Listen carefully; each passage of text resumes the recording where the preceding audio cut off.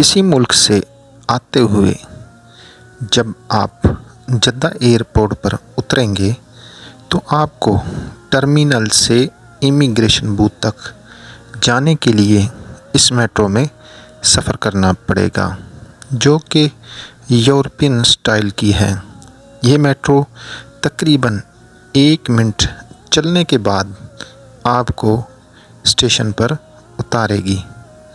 उतरते ही थोड़ा आगे आपको तकरीबन 100 के करीब इमिग्रेशन बूथ नज़र आएंगे। ये 1 व्हील पर चलने वाली मेट्रो है। इस वीडियो को मुलाज़ा करें तो तकरीबन 1 मिनट ये मेट्रो चलेगी, उसके बाद ये अब अपने स्टॉप पर रुक गई है।